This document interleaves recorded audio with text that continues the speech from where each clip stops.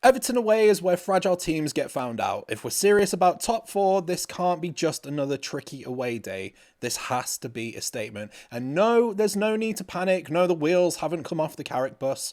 West Ham was just a setback. After all, Carrick still remains unbeaten as Manchester United's manager. So let's be nice and calm, because next we have Everton.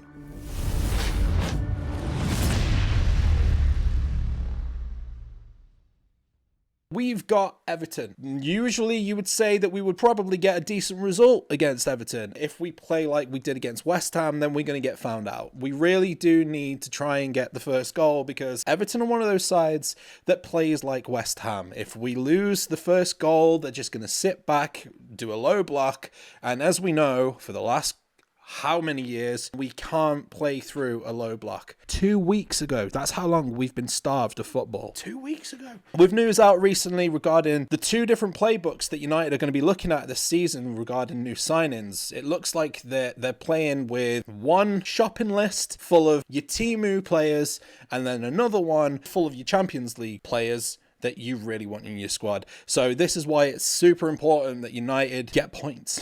We need to keep winning. We need Champions League spots. And if this is the first time that you're at the channel, please consider hitting the subscribe button. We're so close to hitting 100 subscribers now. It might not seem like a lot to you, but that's my first milestone, and we're literally 8 subscribers off. So a huge thank you to every single one of you guys that are supporting the channel. Let's get back into it. So we really need to win. Without points, we don't get prizes, and that prize that we're reaching for there at the top is Champions League. We have starved ourselves for Champions League, and we've just been suckling at the teat of the Europa League. And yes, that could potentially be a place that United are going to be looking at if we don't fit into the top 4, but we're so close behind Aston Villa. But Arsenal drew against Wolves the other night. Unbelievable. The last couple of minutes, and everyone's saying how they're bottled. I don't like to push buttons of other Premier League teams, especially too early on, because last time I did this, it just kept biting United in the arse. But Arsenal.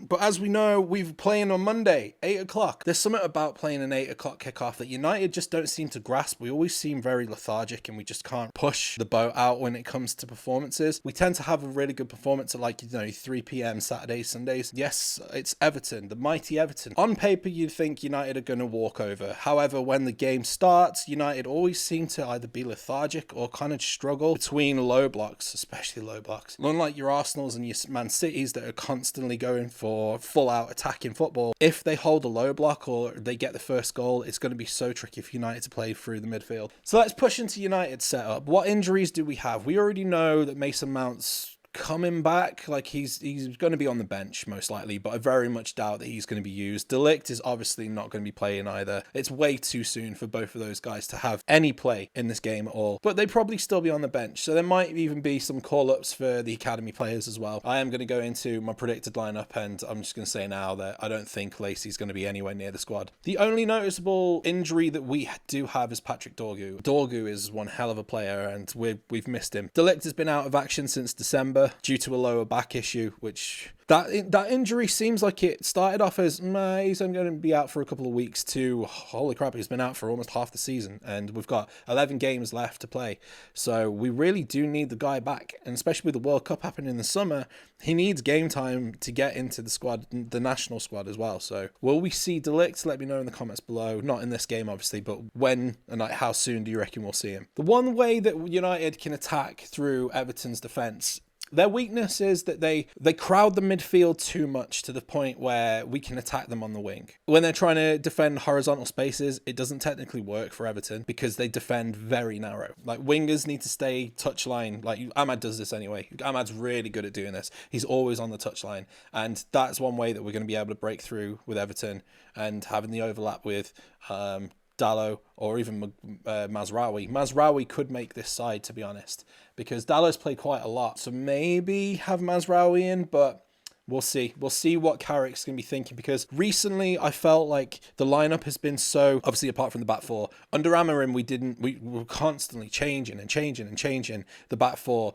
to the point where they couldn't be stable. And the fact that we didn't have a stable back four meant players didn't know what they were doing, what positions they were supposed to be in. Yeah, okay, you're training it throughout the week, but it's completely different when you're actually playing in game time. The fact that Carrick has come in and said, right, these are the four that are my main stayers for the defense. Work it out amongst yourselves. Not like that. I think I'll go in goal this week. It's nice to know that off the top of your head, you can probably almost guarantee the back four is going to be like Shaw, Martinez, Maguire, and Dalot. However, I reckon Mazraoui might play. We need to have just that quick one-touch passing like we did. We didn't see that much against West Ham, and it was a little bit tricky because there was no space against West Ham. When we played West Ham, because they were so zonal, they had two players and shutting down Ahmad. They had two players shutting down Cunha. It was very tricky for both of those to play, and especially on Bruno as well. As soon as you start to nullify Bruno, Ahmad, and Cunha, it's very tricky for us to get any results. I'm still positive. I'm positive regarding this game, but with Everton's aerial advantage, they are going to mainly focus on free kicks.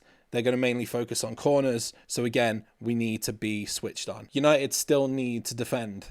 And sometimes we look a little bit shaky. It's just that the fact that we had Onana in goal, we conceded so many goals because he was just out doing the Superman, knocking out Wolves players just because he thought he could get to the ball. Le Mans is I'm so glad that Le Mans is our goalkeeper because he's just been so stable. The fact that we don't talk about him every single week is a blessing because that means your goalkeeper's actually working. He's doing what he should be doing, and that's saving your points. And that's something that United need to rack up more now so that we can hit that Champions League spaces. So if United move the ball slowly, then Everton are fine. Perfectly fine. However, the defending movement is so slow from Everton that if United start doing this quick tiki-taka football, one-touch passing like we did against Arsenal and City, how you doing, Shirky? You still okay? How are the knots in your ankles, lad? Are they still all right? That's one way that we can get through Everton. So we just need to make sure that we don't stay slow at passing and that we start building up quick one-touch football and we'll break through the lines of Everton. Let's have a look at how Everton are set up and let's see what injuries they've got. Everton are still without Jack Grealish, which is a huge plus because he's one hell of a player. He was for City, he was for Villa, and he has been for Everton. He's just completely turned around his career. Everton are without Jack Grealish because of an ankle injury that he sustained. That's the only injury that Everton have, although Jack O'Brien is out suspended for the red card that they picked up last weekend. So he's suspended. The Hill Dickinson Stadium is still relatively new for Everton fans. We need to kill the game off in the first 20 minutes. It seems like the Hill Dickinson Stadium just seems to go really quiet within the first 20 minutes anyway. It's pretty much like Old Trafford. If you've been to Old Trafford and you're watching United play at home and nothing happens within the first 20 minutes, not necessarily the last 4 or 5 games for United because they've been pretty good. The tiki-taka football has been great for us. Under the latter part of Amorim and especially under Ten Hag, 20 minutes in, Old Trafford goes silent.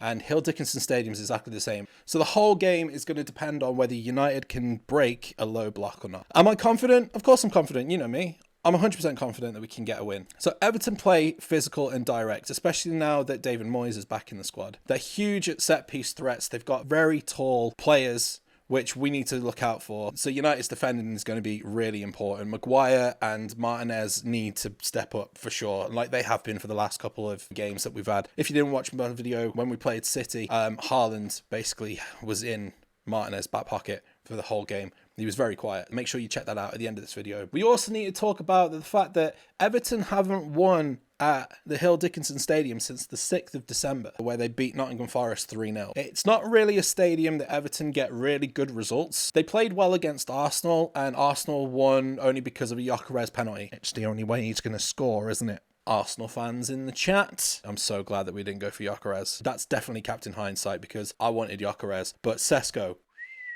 be gone with your words of Tesco. He's not Tesco, he's more like Waitrose. We've got Waitrose. Doesn't work. Doesn't work. Why do I always do this in every video that I make? I'm just all... David Moyes and Everton, they play defensive. They usually run with a mid to low block, and especially against United, they're going to be running as a low block specifically.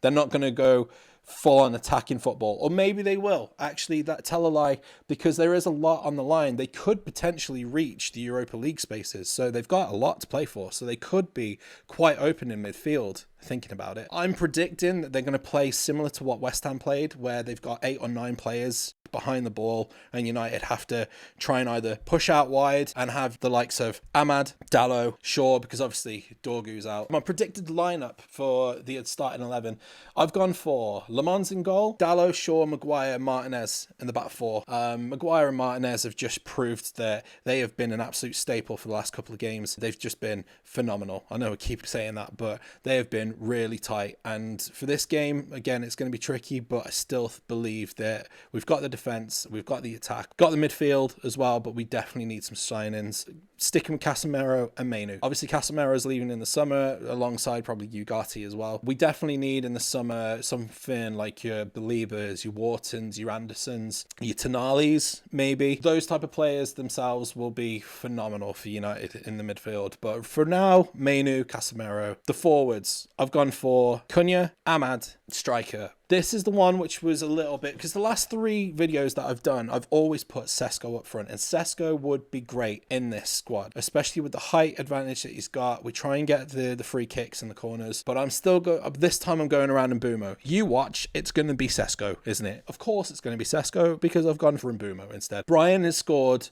a lot of decent goals, and he's so tactically driven, tactically minded, technically skilled. I think he can bully defenders a lot more than what Sesko can. Sesko is strong and his shooting ability is unbelievable. Yeah, I'm still going to go for Mbumo, but personally, I think that regarding the goal that he scored against West Ham, I think Carrick will probably put him in as a starter because he's come off the bench for the last 3-4 games now. So, yeah, I think I'm still going to push with Brian Mbumo this time. Score prediction. What do I think the score prediction is going to be? I think United are going to win this game 3-0. 3-0. We're going to have a goal from Cunha, Sesko, and Mbumo. So let me know below. Who would you change out of that squad? Who you swap around? What score prediction are you going for? Let me know in the comments below. Hit the subscribe button, and I will see you in the next one, you beautiful people. So a huge thank you to every single one of you for supporting this channel. I'm going to start doing some lives. I've already done a live for the City and Liverpool game a couple of weeks ago. I'll see if I can try and do a live for this one. So look out for the socials. Have a look on TikTok, and I'll update you in the community whether I'm going to go live or not on Monday. Just need to move a few things around, but hopefully if we can go live, that would be fantastic. And then I can hopefully see you guys as well, and then we can discuss live. Big shout out to Sniper Man as well for keeping me company against Liverpool. You are an absolute lad, absolute legend. A huge thank you to everyone that comments below. I always reply to every single one of them. I read every single comment, good or bad. Keep being awesome, beautiful people. I'll see you in the next one. See you later. Did you enjoy that video? Well, we've got another one over here, which I think you'll like. So make sure you hit this box over here, hit the subscribe button, hit the like button, comment below on what you think the score is going to be against Everton. A huge thank you to every single one of you for being absolute legends, and I will see you in the next one. See you later, guys.